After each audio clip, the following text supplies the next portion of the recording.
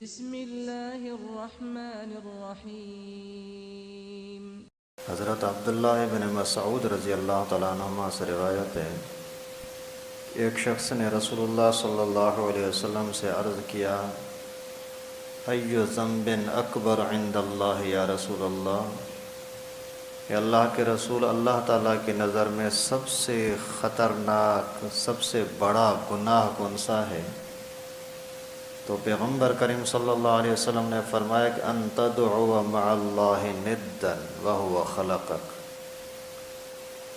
تجھے پیدا تو اللہ ہی نے کیا ہے اور تو اللہ کے ساتھ کسی اور کو بھی شریک ٹھہرائے، یہ سب سے بڑا گناہ ہے۔ پھر پوچھا ثم ایٌ یا رسول اللہ، اس کے بعد بھلا کون سا ہے؟ تو پیغمبر کریم نے فرمایا ان تقتل ولدک خشیۃ ان تطعم معک، اپنے بچے کو اس وجہ سے قتل کرنا کہ یہ بڑا ہوگا تو یہ میرے ساتھ کھائے گا پیے گا، میں کہاں سے اس کو کھلاؤں گا، یہ دوسرے نمبر پر سب سے بڑا گناہ۔ پھر پوچھا ثم ایٌ یا رسول اللہ، اس کے بعد کون سا سب سے بڑا ہے؟ اللہ کے نبی صلی اللہ علیہ وسلم نے فرمایا ان تزانی حلیلۃ جارک، اپنی پڑوسی عورت کے ساتھ برائی کرے، یہ سب سے بڑا گناہ۔ اصل بنیادی چیز ہے ایمان مضبوط ہونا۔ ایمان اگر صحیح ہے، شرک نہیں ہے تو اس کا گزارا ہو سکتا ہے، لیکن اگر مشرکانہ زندگی گزاری، اللہ تعالیٰ جیسا کسی اور کو سمجھا تو اسی کو کہتے ہیں مشرک، اور مشرک کی کبھی معافی ہے ہی نہیں، ہمیشہ ہمیشہ کے لیے جہنم ہے۔ ان اللہ لا یغفر ان یشرک بہ، اللہ تعالیٰ نے قرآن میں اعلان کر دیا کہ جو مشرک مرا اس کی کوئی بخشش نہیں ہے، مرنے سے پہلے توبہ کر لے تو ٹھیک ہے۔ اور شرک کیا ہوتا ہے؟ اللہ تعالیٰ اولاد دینے والے ہیں اور کسی اور کو اگر کوئی مانتا ہے کہ یہ اولاد دینے والا ہے، یہ ہے شرک۔ جیسے بہت سارے لوگ مزاروں کے اوپر جاتے ہیں، کسی پیروں پر جاتے ہیں کہ ہمیں بچہ دے دے، اولاد دے دے۔ شفا دینے والا اللہ ہے، کسی اور کو شفا دینے والا سمجھتا ہے، یہ شرک ہے۔ سجدہ کرنا اللہ ہی کے لیے ہے، کسی انسان کو سجدہ کرے، قبر کو سجدہ کرے، بت کو سجدہ کرے تو یہ ہے شرک۔ پیدا تمہیں اللہ نے کیا اور اللہ کے برابر کسی اور کو سمجھتے ہو، یہ ہے شرک۔ دوسرے نمبر پر سب سے بڑا گناہ اللہ کے نبی نے فرمایا کہ بچوں کو اس وجہ سے قتل کرنا کہ ان کو کھلائے گا کون؟ روزی دینے والا تو بھائی اللہ ہے۔ آپ جو اپنے لیے کماتے ہو یہ تمہارا کمال تھوڑی، یہ تو اللہ کی مہربانی ہے کہ آپ کو روزی دی ہے۔ جو ہاتھ پاؤں چلا رہا ہے، ہاتھ تو اللہ نے دی ہے۔ جو زبان چلا رہا ہے، زبان تو اللہ نے دی ہے۔ جن آنکھوں سے دیکھ کر کے کچھ دیکھتا ہے اور لیتا ہے، وہ تو اللہ نے دی ہے۔ جس عقل کے ذریعے سے سوچ کر کاروبار کرتا ہے، مچھلی پکڑتا ہے، وہ تو اللہ نے دی ہیں۔ اور یہ سب کچھ ہونے کے باوجود اللہ تعالیٰ نہ دے، اللہ کی مرضی ہے۔ بہت سارے لوگ ہیں صحیح، پورے صحیح سلامت ہیں، لیکن روزی اللہ ان کو نہیں دے رہا، یعنی ان کو تنگ کیا ہوا ہے، اللہ کی مرضی ہے۔ تو روزی جن کو ملتی ہے تو بھی اللہ کی طرف سے، اگر کسی کی رکتی ہے تو بھی اللہ کی طرف سے۔ یہ خطرہ کرنا کہ بچوں کو میں کھلا رہا ہوں اور میرے پاس اتنا پیسہ نہیں، میں کہاں سے کھلاؤں گا؟ اللہ کے بندے اللہ کھلائے گا، کیڑوں کو کھلاتا ہے، کتے کو کھلاتا ہے، جانوروں کو کھلاتا ہے، تمہارے بچے کو اللہ نہیں کھلائے گا؟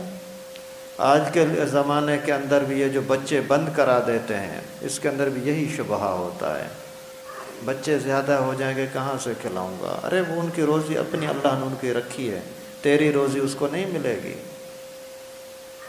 اس کا حصہ اس کے لیے مقرر ہے۔ تو بچے کم کرانے کی سازشیں کرنا، بچے دو ہی اچھے، بہت بڑا شرک ہے۔ اگر ایک بچہ جوانی میں مر جائے، دوسرا کہیں اور چلا جائے، پھر کیا بنے گا؟ اللہ کے دین میں بڑی برکتیں ہیں، جتنے بچے زیادہ ہوں گے اتنا آپ کا سہارا بنیں گے۔ تیسری چیز پیغمبر کریم صلی اللہ علیہ وسلم نے فرمایا ان تزانی حلیلۃ جارک، پڑوسی عورت کے اندر بد نظری کرنا، بری نیت کے ساتھ تعلق رکھنا، یہ بڑے سے بڑے گناہوں میں سے ہے۔ زنا تو ویسے ہی خطرناک ہے، لیکن پڑوسی تو ایک دوسرے کا سہارا ہوتے ہیں، پڑوسی تو بہن بھائی ہوتے ہیں، ان کے تو ساتھ تم بری نیت رکھتے ہو، کچھ تو شرم آنی چاہیے۔ اور زنا ایسی گندی چیز ہے کہ اللہ کے نبی صلی اللہ علیہ وسلم نے فرمایا کہ من زنا زنی بأہلہ، آپ اگر کسی اور کے ساتھ زنا کا سوچو گے تو ضرور تمہارے گھر میں بھی زنا ہوگا۔ آج کل کے نوجوان اس چیز کو سمجھتے نہیں ہیں۔ آپ اگر سمجھتے ہو کہ آپ کسی کی بیٹی کے ساتھ زنا کرو تو آپ کی بیٹی کے ساتھ ہر حال میں ہوگا، آپ کسی کی گھر والی کے ساتھ برا سوچو، آپ کی گھر والی کے ساتھ ہر حال میں ہوگا، یہ قرضہ ہے، دنیا میں ہی چکتا ہے۔ آپ کسی کی بہن کے ساتھ ناجائز تعلق رکھو اور آپ کی بہن کے ساتھ کوئی نہ رکھے، سوال ہی پیدا نہیں ہوتا۔ ایک مرتبہ پیغمبر کریم کے پاس کوئی بندہ آیا کر کے عرض کیا، اللہ کے رسول فلاں لڑکی ہے، بڑی مجھے اچھی لگتی ہے، وہ بھی راضی ہے، میں بھی راضی ہوں، دل چاہتا ہے میں اس کے ساتھ برے تعلقات قائم کروں۔ پیغمبر کریم نے اس کو اپنے ساتھ بٹھایا، فرمایا کہ تیری بہن کے ساتھ کوئی برائی کرے تجھے پسند ہے؟ اے اللہ کے رسول نہیں۔ تیری ماں کے ساتھ کوئی برا تعلق رکھے تجھے برداشت؟ اے اللہ کے رسول نہیں۔ تیری خالہ کے ساتھ، تیری پھوپھی کے ساتھ کچھ مثالیں دی اللہ کے نبی نے، پھر فرمایا کہ وہ بھی تو کسی کی بہن ہوگی، وہ بھی تو کسی کی بیٹی ہوگی، وہ بھی تو کسی کی ماں ہوگی۔ اگر تو نہیں چاہتا کہ تیرے گھر میں کوئی بری نظر رکھے تو پھر تو کسی اور کے گھر میں کیسے رکھتا ہے؟ تو اللہ کے نبی صلی اللہ علیہ وسلم نے اس حدیث کے اندر 3 بڑے سے بڑے گناہ بتلائے۔ اللہ کے ساتھ شرک کرنا، اللہ کے ساتھ کسی اور کو پکارنا، ان تدعو مع اللہ ندا، اللہ کے ساتھ کسی اور کو شریک ٹھہرایا، وَهُوَ خَلَقَكَ، پیدا تجھے اللہ نے کیا ہے۔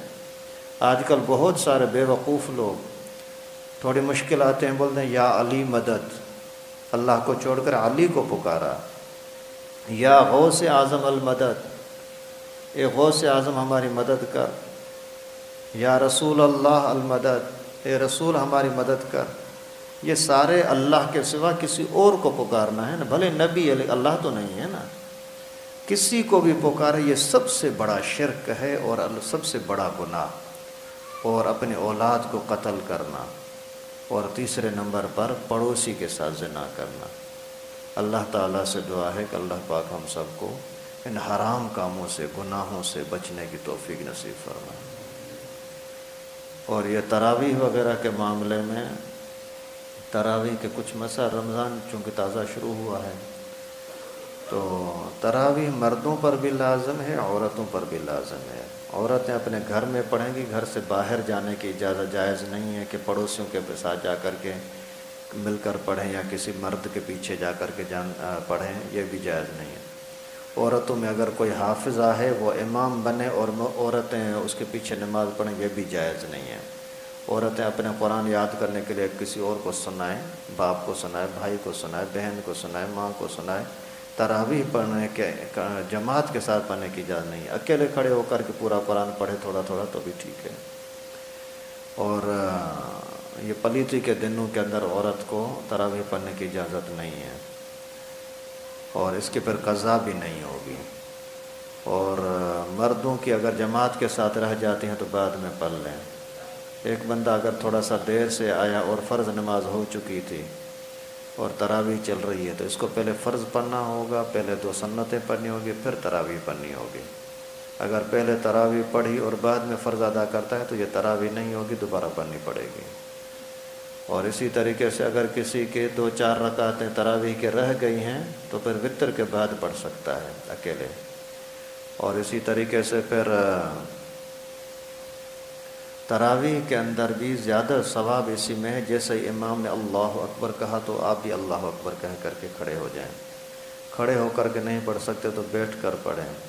پورا ٹائم یہاں نہیں رہ سکتے پیشاب وغیرہ کی وجہ سے، بیماری کی وجہ سے، جتنی یہاں پڑھی بقایا جا کر گھر میں پڑھو تو بھی ٹھیک ہے، چلے گا، لیکن پڑھنی پڑیں گے، نہیں پڑھیں گے تو گناہ ہوگا۔ سنت مؤکدہ ہے، اور اللہ کے نبی نے فرمایا من رغب عن سنتی فلیس منی، جو میری سنتوں کو ہلکا سمجھتا ہے اس کا میرے ساتھ کوئی واسطہ نہیں ہے۔ اگر ہمیں پیغمبر کریم کے سفارش کی امید ہے کہ قیامت کے دن اللہ کے رسول ہماری سفارش کریں، تو اس کے لیے پھر پیغمبر کریم کی سنتوں سے محبت کرنی پڑے گی۔ اللہ تعالی ہم سب کو سمجھنے کی توفیق نصیب فرمائے۔